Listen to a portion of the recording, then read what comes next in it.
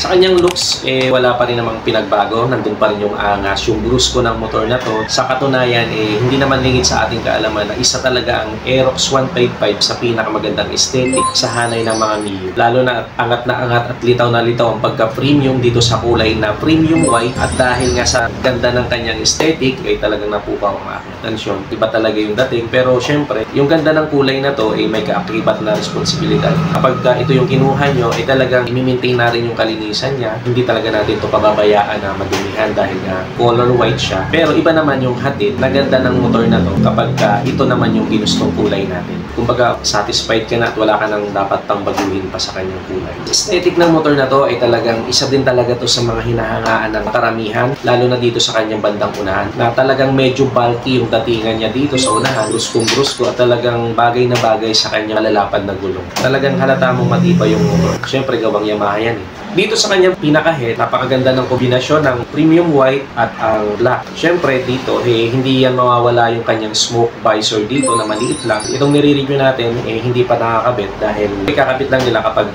may bumili or inilabas na to sa kasa. Maliit na smoke visor pero malaking pakinabang nito lalo na kapag bumiyahe tayo tanghaling tapat. May iwasan natin yung sikat ng araw na diretsong tatama sa ating mga panel. Sa pamamagitan nito, maliwanag pa rin or maaliwalas pa rin natin makikita yung ating mga instrument panel.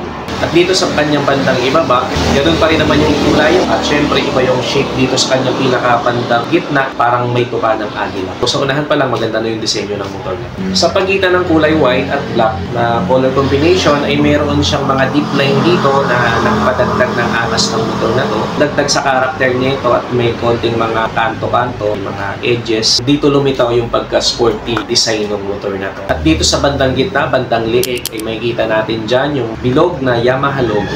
Kapag humarap ka dito sa motor, dito sa gawing kanan, ay makikita natin dyan yung decals na may tatlong kulay. Silver, gray, at kulay red na parang triangle yung shape.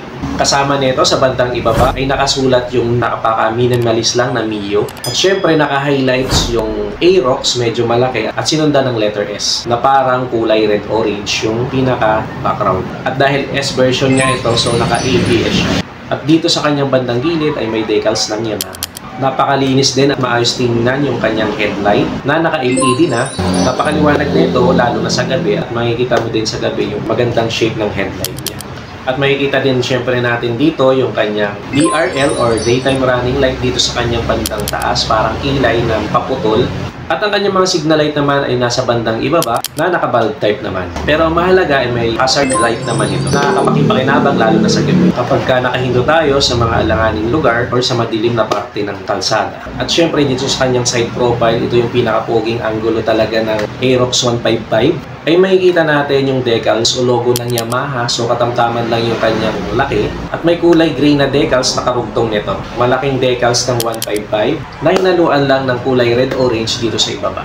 At dito sa may pinakababa ay may decals na VVA or Variable Valve Actuation na isa sa mga features ng motor na to na nagpapaganda sa performance ng motor. May hatak tapos may dulo. Kumbaga nagpapaganda ng performance from low, mid to high RPM. Dito sa kanyang front fender dahil nga S version ito ay may sticker or decals na ABS. Bagamat naka-drum brake pa rin sa likod, ang mahalaga naman ay may ABS na siya naka-display sa kanyang unahan dahil nga S version ang motor na. Nakakatulong to sa safety natin. Iniwasan nito na pagka biglaan tayo nagpreno ay hindi maglalak yung mga preno natin. Sa magkabilang gilid ng motor dito sa pinakagitna ay makikita natin ang maliit na Mio at naka-highlights yung malaking font ng Aerox at may letter S sa dulo na may kombinasyon ng gray at red na nakadikit dito sa may fairings, dito sa may gitna na parang may letter X yung disenyo. At dito naman sa kanyang pinakalikuran, sa hulihan ay may decals lang na kulay gray at silver. At dito sa kanyang bandang taas, bandang likuran na, sa gilid ay may minimalist na decals na liquid chrome. At dito sa kanyang pinakahulihan ay may hawakan dito yung ating mga backride. Madali lang naman siyang hawakan, dagdag sa safety ng ating mga angkas na nagsisilbing pinaka-grab bar ng motor na to. Dahil ang grab bar ng Aerox 155S ay hindi kagaya ng ibang grab bar na removable. Itong pinaka-grab bar ng Aerox 155 ay kasama na siya sa fairings ng motor na to. Pero napaka-durable, syempre gawang Yamaha. Dagdag sa pagka-unique ng motor na to, so may sarili siyang character, hindi lang dito sa unahan, hanggang sa kanyang likurang bahagi, ay may makikita kang kakaiba dito sa motor na to. At dito nga sa kanyang pinakadulo ay meron pa rin logo na bilog ng Yamaha. At ang kanyang taillight naman sakto lang din yung laki, pero ang mahalaga dito naka-LED na. At yung kanya namang mga signal light dito sa huli ay naka-bulb type, medyo nakalitaw siya. Ang iwasan lang natin dito kapag ganito yung disenyo ng ating mga taillight ay iwasan na lang nating masagi. Pero hindi naman siya basta-basta ganun masisira kapag mga simpleng sagi lang syempre. Pagbaba dito ay nandyan na rin yung gate light at syempre yung lalagyan ng plaka. At dito sa kanyang bandang ibaba ay hindi naman nalimutan na lagyan din ng reflector ng Yamaha. So added visibility ito lalo na sa gabi pagka natutupan ng mga ilaw. Dito tayo dumako sa kanyang lift lever ay makikita natin na meron siyang park brake lock. Isa din ito sa mga safety ng motor na to kapag nakapark tayo sa mga alanganing lugar or medyo patarik na lugar. Hindi tayo mag-worry na baka gumulong yung gulong natin dahil pwede natin gamitin yung kanyang park brake lock para maiwasan natin ganong scenario. Dito sa kanya mga switches, dito sa left side, ay makikita natin dyan yung menu, pero pwede natin siyang i-convert or palagyan ng passing light. Nandyan yung high and low, turn signals at ang kanyang busina. Dito naman sa kanyang gitna, syempre na andyan yung kanyang instrument panel. Full digital to at talagang nandyan na yung lahat ng information sa motor na to. Na bukod sa may Yamaha Y-Connect na makikita natin sa ating mga cellphone kung ano yung status ng motor na to. Ang ibang information or status ng motor na to ay makikita pa rin natin dito sa kanyang instrument panel dahil napaka-futuristic na rin talaga ng motor na to. Present dyan yung orasan, kilometer per hour, odometer, fuel gauge, RPM indicator, trip 1 and trip 2. Pwede nating sukatin yung distansya ng ating pupuntahan from point A to point B. Ang ibig sabihin, pwede natin sukatin magmula sa bahay yung ating pupuntahan at magmula naman sa pinuntahan natin pabalik sa bahay. Pwede nating i-measure sa pamamagitan lang ng reset button dito sa may kaliwa. Nandyan pa rin yung ecometer, average fuel consumption, battery indicator, oil indicator, B-belt indicator, kung kailan tayo pwedeng magpalit na ng belt or kung kailan tayo pwedeng mag-change oil, brightness level from low, mid to high. At dito naman sa kanang bahagi, makikita natin yung switches, yung kanyang stop and start system, hazard switch, at yung kanyang electric start. Keyless na din yung motor na to at ma-access na rin dito kanyang fuel tank at syempre para mabuksan yung ating upuan. Ang kanyang fuel tank capacity ay napakalaki na rin dahil may katipiran na rin yung motor na to. Ang sukat ng kanyang tangke ay may 5.5 liters at may fuel consumption naman ng 48 kilometers per liter. At very convenient na rin ng motor na to dahil may bulsa na rin ito na pwede nating paglagyan ng ating mga gamit. Pag sinilip natin ay meron tayong 12 volt socket na makikita. Bibili na lang tayo ng adapter, pwede na tayo mag-charge lalo na pagka nasa biyahe tayo. May maayos at magandang upuan, maganda yung upholstery. Kakaiba na rin yung kanyang disenyo dahil medyo mababa yung upuan ng rider kumpara dun sa upuan ng ating backride. Meron na rin siya mga stitches. At pag tinignan naman natin yung kanyang underseat compartment ay talagang napakalawak na may 24.5 liters capacity na kasyang-kasya yung ating mga full face na helmet. At punta tayo sa mga features ng motor na to, naka-stop and start system na rin ito na ang ibig sabihin kapag humindot tayo, lalo na sa mga stoplight ng 3 to 5 seconds, kusang namamatay yung ating makina na nagre-resulta sa mas matipid na gas. Kung gusto na naman nating kumandar na, ipihitin lang natin, hindi na kailangan nating start pa, kusang aandar na yung motor. Maganda yung performance ng motor nito pero less fuel nga siya dahil meron na rin siyang blue board. Hindi na rin masyadong na-stress yung makina nito lalo na pagka i-start natin. Smooth pa rin yung makina dahil sa tulong ng SMG or Smart Motor Generator. Sa pamamagitan nito ay naalagaan natin yung ating mga engine na hindi masyadong ma-stress. Naka-VVA na rin na talagang nagpapaganda ng performance hindi lang sa umpisa pero hanggang dulo.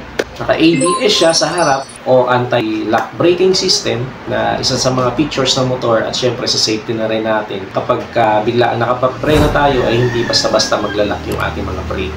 At hindi naman lingid sa ating kaalaman na isa ang Aerox 155 sa mga ginagamit kapag nasa racetrack tayo dahil na rin sa mga malalapad at napaka-durable na mga gulong nito. Na may sukat sa unahan na 110, 80 by 14 at sa likuran naman ay talagang napaka-bulky na may sukat na 140, 70 by 14. Pag pumunta tayo sa kanyang harapan ay makikita natin yung kanyang suspension sa unahan na naka-telescopic fork. Standard lang ito.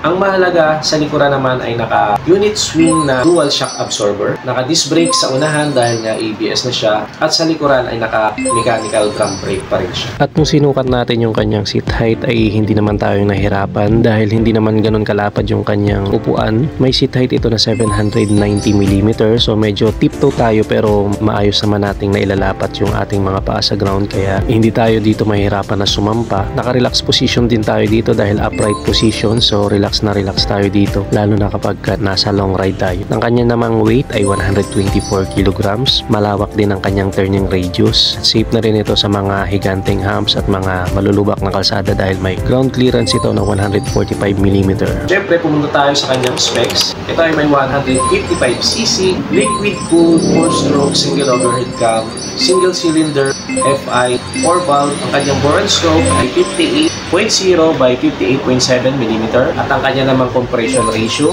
ay 11.6:1. May maximum power na 11.3 kW or 15.4 PS at 8,000 RPM. At ang kanyang maximum torque naman ay 13.9 Nm at 6,500 RPM. Electric starter, e-belt, automatic. Ang color variant ng Aerox 155, kahit na anong version ay may mga kulay na Race Blue, Science Storm, Matte Gray, Yamaha Black, Matte Black, at syempre ang bitang kulay sa vlog natin ngayong araw ay ang Premium White. At syempre makikita natin ang unit na to dito sa Circus Verde, dito sa may Antipolo. Sa may Sumulong, halos malapit lang sa Robinson's Place, Antipolo. Ang Aerox S155 ngayong taon ay may SRP na 149,000. Pwede ka namang mag-installment kung ikaw ay magda-down dito ng 20,000. Magiging monthly mo kapag kinuha mo ito ng 3 years ay 7,285. Sa inyong lugar, magkano ba ang SRP ng motor na ito? Comment nyo nga sa ibaba. Sa palagay nyo, sulit pa ba yung Yamaha Aerox 155S ngayong taon? Comment nyo nga sa ibaba.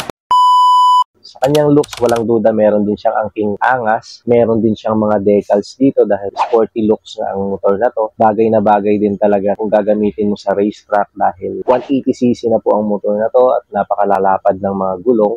Sa kanyang front face dito sa gitna ay may logo lang ng Euro, which is yung E, bilog na logo. Bandang kaliwa ay mayroong Griffin 180. At dito naman sa gilid, magkabilaan, bandang unahan ay may decals pa rin, Euro Motors. At sinundan ng mga napakalalaking letra na kung babasahin mo pababa ay Euro. At dito naman sa kanyang body dito sa pinakagitna, yung parang sa Aerox din na parang may eclipse, ay merong naka-highlight na Griffin. At dito naman sa pinakahuli, bandang upuan ng ating backride ay merong Griffin 180i. Unang tingin talaga ay napaka-forma na nito dahil ang kanyang upuan naka-camelback na rin ito, hindi mo na kailangan ipa-customize. Meron din siya mga stitches dito na lalong nagpa-premium sa design ng upuan ng motor na to. Naka-camelback na ito, talagang nagpadagdag ng komportable hindi lang sa driver, maging sa backride. At dito sa kanyang pinakalikuran ay wala din tayo makikitang grab bar kagaya ng Aerox 155. Ang tanging mahawakan dito ay yung kanyang fairings na kung kakapain mo sa bandang ilalim, ay meron ka namang maayos na mahahawakan kung ikaw ay aangkas sa motor na to. Isa sa mga nagpaangat din talaga sa motor na to kumpara sa Aerox 155 na kung ang Aerox ay naka-disc brake sa unahan at naka-drum brake lang sa likuran, ay ibahin nyo ang Griffin 180 dahil parehas na naka-disc brake po ang kanyang braking system sa harap at sa likod. Ang suspension nito sa unahan ay naka-standard na telescopic port at ang agaw pansin din dito sa motor na to, kung yung Aerox 155 ay wala pang subtank, ang Griffin 180 ay naka-dual shock absorber na din pero meron siyang subtank na nagpadagdag sa pagiging komportable kung dadaan man tayo sa mga rough road dahil maganda yung response sigurado ng mga suspension nito sa likuran. Sa kanyang specs, 180.4cc to be exact, 4-stroke single overhead cam, single cylinder, 4 valves, at naka-liquid cooled na rin na napakabisa talaga sa mahabang biyahe kung mahilig tayo sa long ride. Naka-FI na rin ito at may bore and stroke na 63 by 57.9mm at meron namang compression ratio na 11.7:1.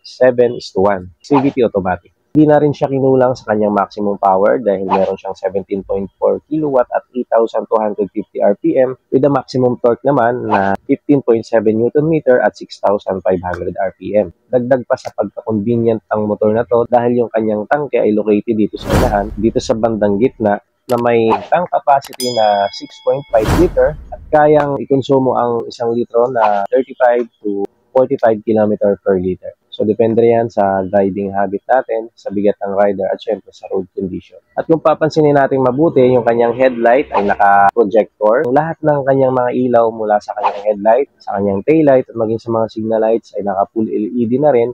Maganda yung bato ng ilaw, lalo na sa gabi, at hindi rin nakakasilaw sa umaga. Meron na rin siyang daytime running light. Dito sa likuran, may kita din natin yung kanyang plate light at may reflector din dito na inilagay ang Euro. Nilagyan ito ng napakalaking digital meter panel. Lahat ng impormasyon na kailangan ng isang rider may kita natin dito. Maliwanag natin siyang makikita at malinaw dahil nga medyo may kalakihan yung kanyang panel. Yung kanyang gulong dito sa unahan, makikita natin may sukat na 180 by 14 at sa likuran naman medyo malapad din. Perfect sa mga banking o sa mga cornering, 120, 70 by 14, naka-mags type at naka-tubeless na rin. Sa unahan, naka-disc at sa likuran naman ay naka-disc din with combi brake system. Pag sinabing combi brake, pag piniga mo yung hulihang preno ay may sumasamang 30% na preno dito sa unahan, 70% sa likod, 30% sa unahan. Goods na goods yan lalo na sa mga beginner or sa hindi pa marunong magtansya ng brakes dahil binabalance na ito yung kagat ng ating mga preno. Smooth pa rin at maganda yung stopping power. Kanyang suspension sa unahan ay naka-telescopic fork.